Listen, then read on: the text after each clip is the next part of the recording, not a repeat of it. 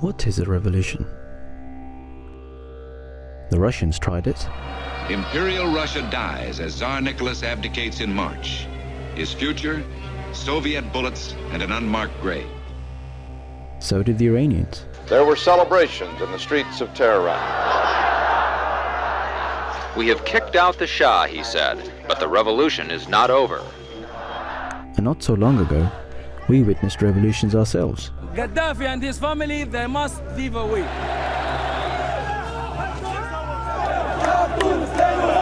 This is the Egyptian democracy, not hypocrisy. Revolutions are nothing new.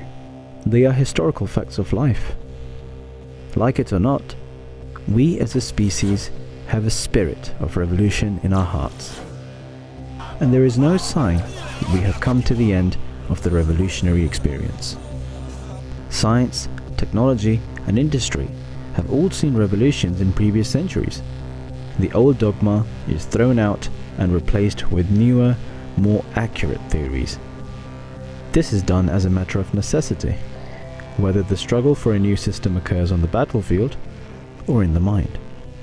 There have been people that have brought a spiritual message. They've given it to their people, whether it be at the time of the Greek philosophers, which you can kind of postulate that there must have been some form of guidance there as well. Whether it's Buddha, whether it's Krishna, whether it's Adam, Abraham, all of those societies were just lifted by these teachings of peace, of kindness, of love, of forgiveness, and also of seeking of wisdom and seeking of truth and knowledge and rationality, which led to a kind of a growth of those societies. If we take a look through the annals of history, we have seen the rise and fall of many civilizations. One such civilization, which has etched its name forever into the history books, is the Roman Empire.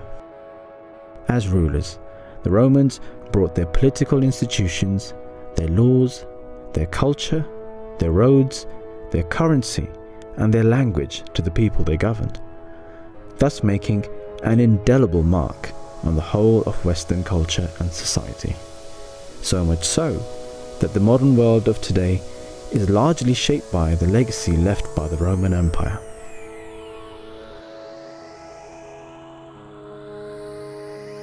I think that there's so many great blessings which we have, but on the other hand, we have this in terms of material growth as well. The GDP has risen so much, and prosperity, financial and material, has really gone up. But then we have huge problems in our societies as well, where you've got very high levels in some places, very high levels of obesity, very high levels of crime, teenage pregnancy, alcoholism, drug addiction, huge inequality and disparity between that wealth. So we've had great growth, but we haven't been able to distribute it properly. So then you have all of the problems which come from that.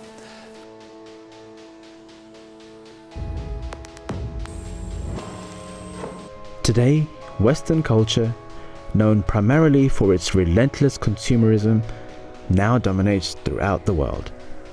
We have everything we need. But all this consumerism, is it healthy?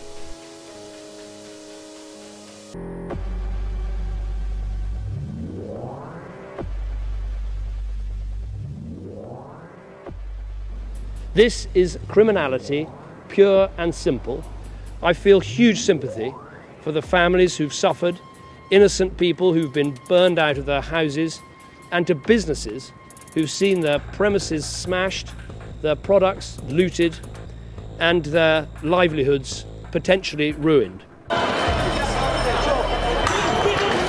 It's like a pressure cooker, and it's waiting to explode. This is nothing. So we would be foolish to kind of complain about the developments we've had, but there seems to be a vacuum or a void in our society where we are struggling to reap the benefits of this growth and to know what to do with it. Every day you see on the TV trainers being advertised. £120 trainer. You know what that's like for a parent like me to have to try and buy for my son? People say, well, why does he have the £120 trainer? Well, if you shove it in his face on the TV and you tell him that it's the best thing to have and it's the top of the grade, then why should he want it? But to me, it seems like there is a real crisis in the West on this deep level about why are we here, what do we do with our time here, what's the purpose of this existence. And without answering those deeper questions, then you have real problems which come. And just to talk on a personal level, you have teenage boys that do not know really how they should live, what values they should hold, what they should do when they interact with their friends, what sort of role they should play in that group.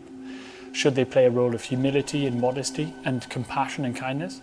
Or should they play a role of acting the fool, happy slapping somebody, stabbing somebody?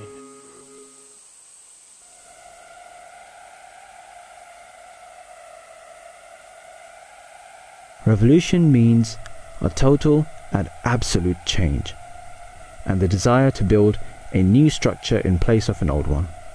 It is only logical that the new structure is built upon the premise of the old one, but independently of it. Rome wasn't built in a day, and it certainly wasn't built on the remains of another civilization. We are in need of another revolution.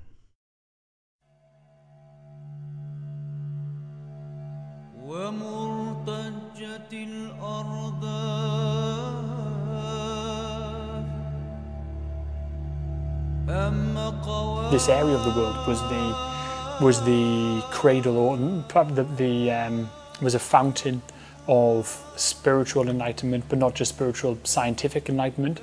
The growth of medicine, the growth of science, the growth of mathematics, the growth of philosophy. These things had absolutely flourished in this place, from this absolute, not just a physical desert, but also an intellectual desert and a moral desert.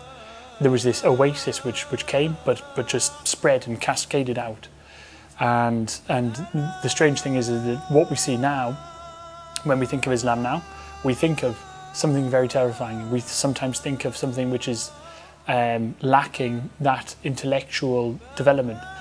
But if we look at the true Islam that came at that time, then it literally brought the brightest possible intellectual light and energy to those people that led to this great change. And this was the teaching of Islam, which was brought by the Holy Prophet of Islam. May the peace and blessing of God be upon him.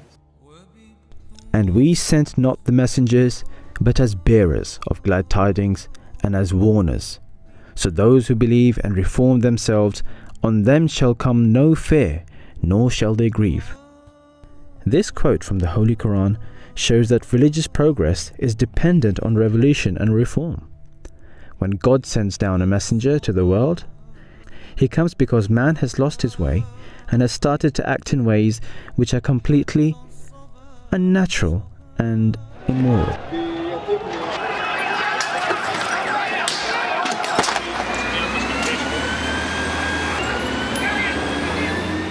Life in itself should not just be a process of evolution, not just a process of gradual change, always looking to progress, but really you should bring about that change and that progress on such a rapid and such a fundamentally intrinsic level that you transform yourself and your environment and the lives of your own life and the lives of your loved ones to a point that it is dramatically different to how it was when you were at a different stage in your life. So to bring about real deep change for yourself and for those around you.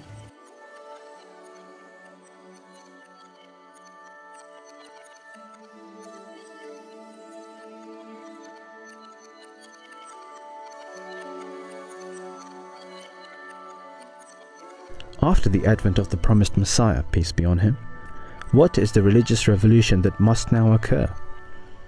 It is a return to Islam, a move from selfishness to sacrifice, consumerism to caliphate, from immorality to morality.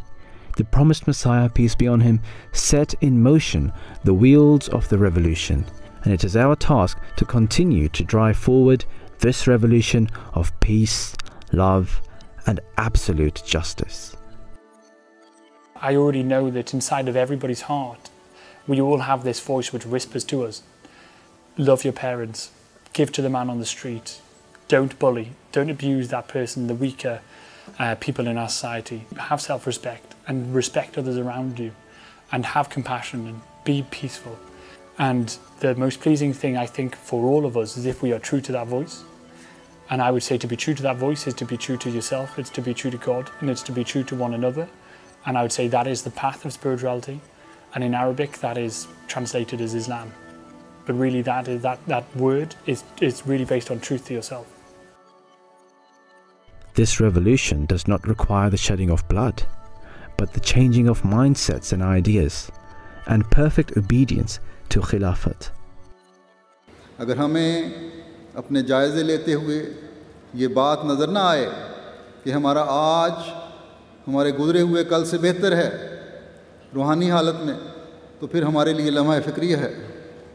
हज़रत मसीह मौऊद अलैहिस्सलाम फरमाते हैं कि ईमान सिर्फ़ इसी का नाम नहीं कि ज़ुबान से कलमा पढ़ लिया, ला इलाहा इल्लल्लाह मुहम्मद रसूलुल्लाह।